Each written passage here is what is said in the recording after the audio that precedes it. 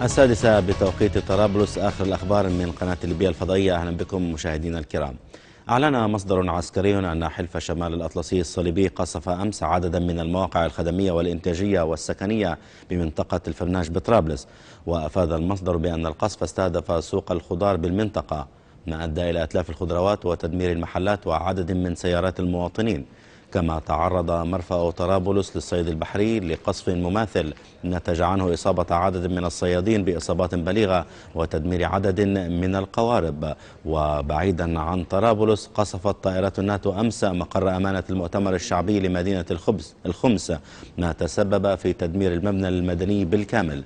هذا فيما تعرضت عدة مواقع مدنية بمدينة تيجي لقصف مكثف استهدف مقر المعهد العالي للمهن الطبية وعددا من المنازل، من بينها منزل المواطن معاوية الصويع الذي تقيم فيه أسرته.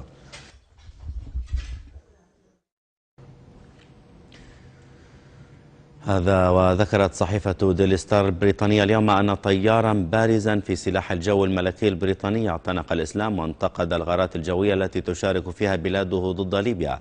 وأضافت الصحيفة أن الطيار جويل هيوارد البالغ من العمر 47 عاما هاجم الحملة العسكرية التي يشنها حلف شمال الأطلسي في ليبيا، كما شكك في مصداقية الأساس التي قامت عليه هذه الحملة.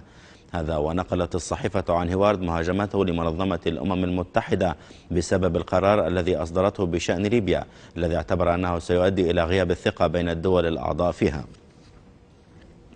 في طرابلس، التقى عبد المجيد المنصوري أمين الاتحاد العام لغرف الصناعة والتجارة والزراعة صباح اليوم ماكسيم ماكسيموف القائم بالأعمال الروسي، حيث شدد المنصوري على أهمية دمج المصالح الليبية الروسية، موضحا أن الأساس في تفعيل التعاون في باقي المجالات الاجتماعية والسياسية وغيرها. وأشار المنصوري في الاجتماع إلى مقترحات الليبية للطلب من الفعاليات الصناعية الروسية إقامة مصانع استثمارية لإنتاج الزيوت النباتية والأعلاف والأدوية ومستلزمات المستشفيات. يذكر أن المنصوري سيقوم بزيارة عمل إلى روسيا بداية الشهر القادم. طبعا تبحثنا في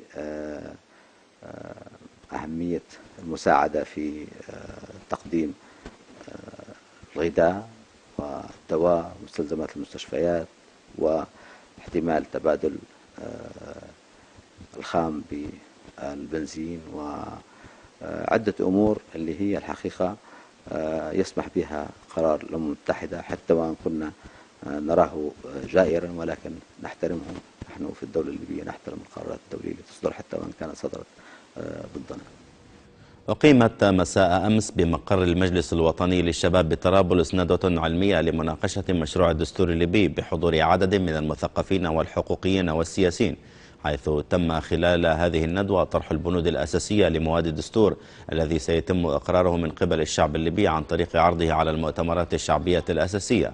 وقد قدم المشاركون في الندوة شرحا وافيا للمواد المواردة في الدستور والأطراف السياسية والاجتماعية والاقتصادية المنصوص عليها من خلاله، وذلك بما يكفل العدالة الاجتماعية وحقوق الإنسان والحريات في ليبيا.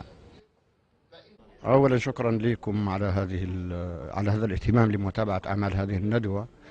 طبعا مشروع الدستور هو مشروع أنجز من حوالي سنة تقريبا، وضع كمشروع للمناقشة الشعبية.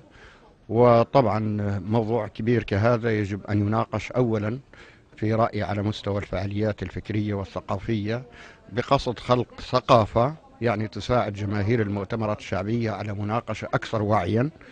هذه الندوة التي ينظمها اليوم المجلس الوطني للشباب هي حلقة تحاول يعني أن تثير هذا الموضوع أولا، وأن تعطي خلفية واضحة لجماهير المؤتمرات الشعبية حتى تضع وتناقش هذا المشروع بوعي كامل. كما تعرف يعني الدساتير ليست كالقوانين العادية توضع باستعجال، ولكن توضع على مهل وبتأني.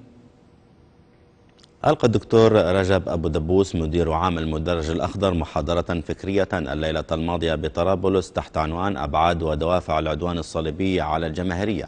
وقد تابع هذه المحاضرة التي تنظمها شعبة التثقيف بمكتب الاتصال باللجان الثورية حشد من أساتذة الجامعات والكتاب والمثقفين والمهتمين بالمجالين الفكري والسياسي. وأبرز المحاضر العديد من النقاط التي كانت وراء عدوان دول حلف التحالف على ليبيا مسلطا الضوء على المؤامرة التي حيكت خيوطها منذ أمد بعيد. ووصف أبو دبوس ما يحدث في ليبيا بأنها محاولة انقلاب من قبل عصابات مسلحة مدعومة من قبل عدوان صليبي تحركه أطماع في النفط الليبي وموقع ليبيا الاستراتيجي واستثماراتها في الخارج. سوف تخرج ليبيا من هذه المحنة أقوى مما كانت. دروس مرة مستوعبة دروسها. أما الذين أرادوا إضعاف القذافي فإنهم هكذا زادوه قوة ورسوخا. أنا أقول لكم أغبياء، هم يبوا يضعفوا القذافي، أغبياء، لأن بهذه الطريقة بالعكس زادوه قوة وزادوه رسوخ. حتى في العالم الآن جعلوا منه أسطورة لجانت، ما حاش معمر القذافي الشخص، الآن أسطورة. شي جيفارا أسطورة الآن، عمر مختار. أنا متوقع أن الليبيين ينظروا إلى معمر أن عمر مختار حي. هذا عمر مختار زمان اللي كان يقاتل في الاستعمار، أهو الصليبيين تاع زمان، أهو معمر يقاتل في الصليبيين تاع اليوم. جميع السيئات والسلبيات تنتسى، فأغبياء في الحقيقة. وتقول لي ذكاء الاستخبارات نتاعهم، نقول لك بالعكس أغبياء. أرادوا إضعافه، عندما واجهوه بالقوة العسكرية وبالتآمر زادوه قوة ورسوخا. تم صباح اليوم بمدينة الخمس الاحتفال بتخريج الدفعة الأولى من المتدربات على السلاح في جحفل خميس أبو منيار القذافي بمنطقة سوق الخميس، حيث تلقت المتطوعات ضمن هذه الدفعة تدريبا على الأسلحة الخفيفة والمتوسطة. وأعلن خلال حفل التخرج استعدادهن التام للموت دفاعا عن ليبيا وعن القائد معمر القذافي، وتمسكهن باللحمة الوطنية لليبيا ورفضهن لوجود عصابات الخيانة والعمالة فوق ترابها.